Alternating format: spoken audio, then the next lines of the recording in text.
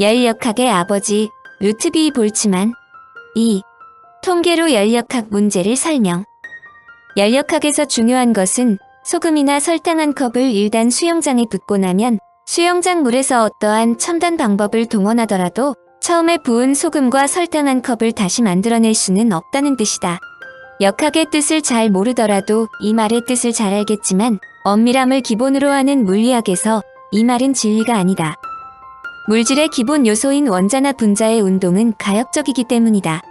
컵이 넘어져 물이 쏟아지는 장면을 비디오로 촬영한 후 반대로 돌려보면 거꾸로 돌아가고 있다는 사실을 금방 알 수 있다. 반면에 그릇에 넣은 두 개의 기체 분자 운동을 비디오로 촬영한 후 역회전시킨다면 반대로 돌아가는 것인지 아니면 정상회전인지 판단할 수 없다. 두 개의 기체 분자의 운동에서는 비디오를 역회전시키는 운동도 가능하기 때문이다. 여기서 커다란 의문점이 생긴다. 우리들의 눈에 보이는 거시적인 물리 현상들은 모두 그 기본이 원자나 분자의 운동이다. 그렇다면 미시적인 경우에는 원자나 분자의 가역적인 운동이 일어나는데 왜 거시적인 물리 현상에서는 불가역이 되는가이다. 볼츠만의 정리는 바로 기체 분자 운동론의 입장에서 거시적인 상태 변화의 불가역성 문제를 설명한 것이다. 볼츠만이 열역학에 관한 한 불가역성이 기본이라고 주장하자 로슈미트와 체르멜로는 볼츠만의 반론을 제기했다. 한마디로 볼츠만의 정리에서 예외가 있을 수 있다는 것이다. 볼츠만의 위대함은 곧바로 자신의 논리에 대한 반박을 보다 완결된 논리로 반격을 가했다는 점이다. 그는 로슈미트와 체르멜로가 제기한 문제점을 확률론적인 이론으로 무장하여 반박했다.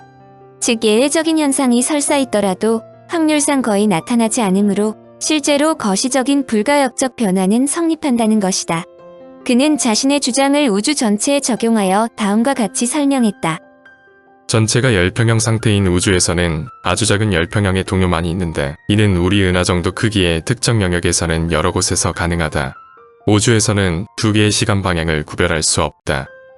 그렇지만 어떤 특정 영역에 있는 생물은 지구 표면이라는 특별한 곳에서 지구 중심을 향하는 방향을 아래쪽이라고 말하는 것처럼 보다 실현하기 어려운 상태를 향해 진행하는 시간의 방향을 그 역방향과 구별한다.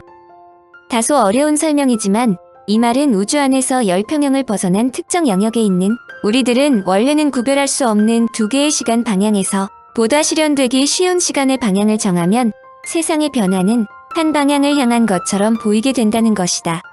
이를 분자들은 에너지의 변형이 있을 경우 무작위 분포를 따른다고도 설명한다. 무질서한 분자들의 확률은 높고 질서를 가진 분자들의 분포는 작다는 것이다. 그러므로 물질계에서 엔트로피의 자연적 증가는 그 개의 분자 에너지의 확률적 분포의 증가와 관련이 있으며 이 엔트로피는 확률의 로그 값에 비례한다고도 설명된다. 그의 주장을 가장 잘 설명해준 사람이 1965년도 노벨 물리학상 수상자인 리처드 파인만이다.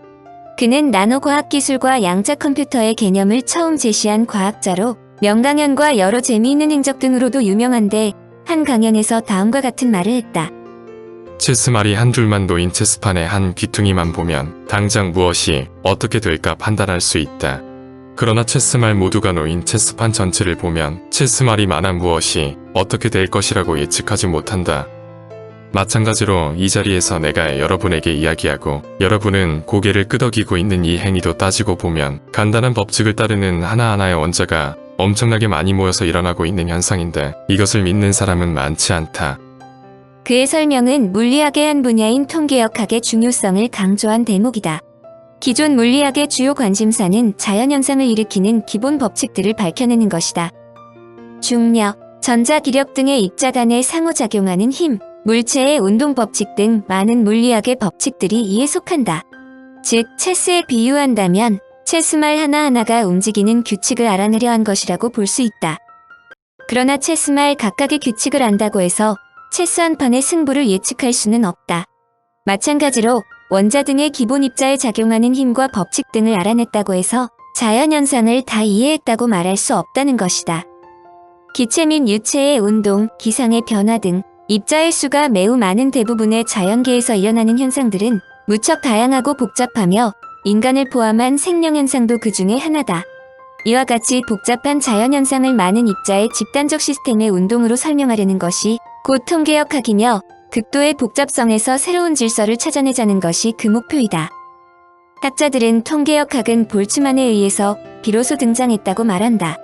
그는 열현상의 비가역 과정은 원자, 분자 등의 운동 개념으로 설명되어야 한다고 역설했다. 그러나 앞에서 설명한 것처럼 당대의 저명학자인 오스트발트와 마하 등은 그와 수많은 논쟁을 일으켰다. 실제로 1895년 일백에서 열린 독일 자연과학자 대회에서 두 진영은 격돌했다. 큰 틀에서 원자론자와 원자 반대론자의 논쟁이다. 만물을 쪼개면 더 이상 쪼갤 수 없는 가장 작은 알맹이인 원자가 남는다는 원자론은 1808년 영국의 돌턴에 의해 화학의 신체계라는 책을 통해 처음 제안되었다.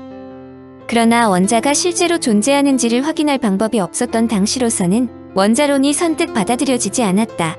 수소와 산소가 화합하여 물이 된다는 것은 실험을 통해 확인할 수 있지만 수소 원자 몇 개와 산소 원자 몇 개가 결합하여 물 분자 하나를 만드는지를 알 수 있는 방법이 없었다. 화학 반응에 참여하는 원자들의 수를 셀 수 있는 방법이 없는 한 분자의 조성식을 알아내는 것은 불가능해 보였다. 따라서 돌턴의 원자론이 나온 지 거의 100년이 되었음에도 눈에 보이지 않는 원자, 분자의 존재를 믿지 않는 과학자들도 많았기 때문이다. 이를 원자론자들은 이론으로 대응했다. 화학 반응에 참여하는 원자의 수를 세는 방법을 제안한 사람은 아보가드로였다. 아보가드로는 1811년에 같은 온도 같은 압력하에서 같은 부피 속에는 원자나 분자의 크기와 관계없이 같은 수의 알게니가 들어있다는 가설을 제안했다. 만약 이 가설을 받아들인다면 부피의 비가 바로 알게니 수의 비가 되어 화학 반응에 참여하는 알게니 수의 비를 알 수 있고 이것을 토대로 분자의 조성을 정확히 결정할 수 있게 된다. 이 가설의 문제는 화학 반응에서 그렇게 생각하면 전후 사정이 잘 맞기는 하지만 실험 등으로 증명된 것이 아니라 학자들이 도출한 가설에 불과한다는 점이다. 실제로 어느 누구도 원자나 분자를 본 것이 아니다. 역으로 말하면 볼츠만은 미처 확립되지도 않은 원자론을 기반으로 기체 분자의 존재를 설명해가면서 역학적 모델을 추진한 것이다. 바로 이 점을 볼츠만의 반대론자들이 줄기차게 물고 늘어졌다. 원자론자들이 기체의 미립자 운동, 즉 브라운 운동을 분자 운동의 이론으로 해석해낸 등 명확한 근거를 제시하자 결국 원자 반대론자들의 주장은 힘을 잃는다. 이때 결정적인 강타를 날린 것이 바로 그가 제시한 통계역학이라는 새로운 과학적 방법론이다. 통계역학은 물리학뿐만 아니라 다른 여러 과학 분야는 물론 철학이나 사상사적 측면에서도 널리 적용된다. 심지어 경제학, 정치학 등의 사회과학에도 응용되는 카오스 이론 등의 복잡성의 과학에도 볼츠만이 그 토대를 제공했다. 볼츠만의 이론에 이의를 제기하는 사람은 없지만 이 설명의 결정적인 단점은 엄밀함을 기본으로 하는 물리학에서 그 귀착점을 볼 수 없다는 점이다. 간단하게 말해 다른 우주에서 열이 지구에서처럼 반드시 뜨거운 데서 차가운 데로만 이동하느냐이다. 이 문제는 다른 우주의 상황을 확인한 적이 없다는 것으로 미봉되지만 이들 질문이 아직도 상존하는 것은 분명한 사실이다. 학자들은 아직도 풀리지 않은 불가역성의 문제를 명쾌하게 설명하는 사람에게 노벨상이 기다린다고 말한다.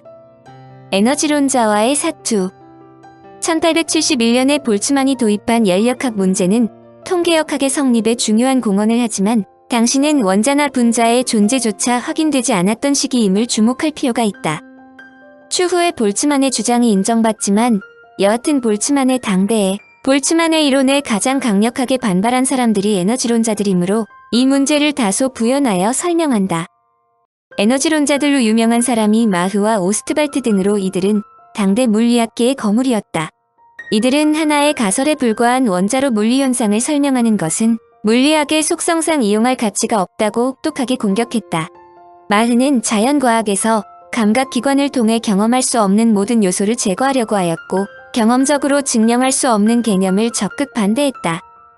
그는 과학은 관측된 현상을 기초로 일반화하는 귀납적인 바탕 위에서만 과학이 형성될 수 있다고 확신하고 있었다.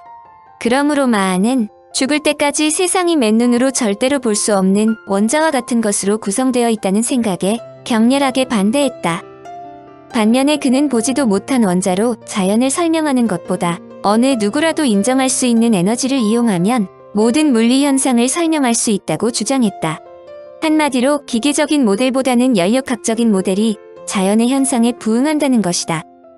볼츠만의 후배인 오스트발트는 것보다 강하게 볼츠만을 공격했다. 그는 볼츠만의 복잡한 원자적인 계산보다는 물질의 현상적인 에너지를 연구하여 열역학적인 관점에서 물질을 보는 것이 더 유용하다고 주장했다. 그는 자연현상이란 여러 형태의 에너지의 변형에 지나지 않는다고 강조했다. 듣는 것은 공기의 진동이 고막과 중위의 에너지 형태로 전달되는 것이고, 보는 것은 방사에너지의 망막에서의 화학작용 등을 감안하여 자연 전체는 시공간적으로 변화되는 에너지의 연속체라는 것을 인정해야 한다는 것이다. 오스트발트는 볼츠만을 철저히 무시했는데 학회에서 원자론을 전제로 발표하는 사람이 있으면 발표자가 들을 수 있도록 일부러 무시한 채 다른 참석자들과 잡답을 했다. 논문 주제에 대해서도 항상 말꼬리를 잡고 늘어졌으며 끝은 항상 다음과 같은 질문으로 마무리했다. 그런데 당신은 그 원자를 본 적이 있나요? 오스트발트나 마흐와 같은 거물의 공격에도 볼츠만은 자신의 신념을 굽히지 않고 오히려 다음과 같이 반박했다. 에너지에도 원자가 있다. 원자도 에너지가 있다는 말은 당대의 한마디로 코미디로 간주되었다. 결론을 말한다면 그의 말은 참이다.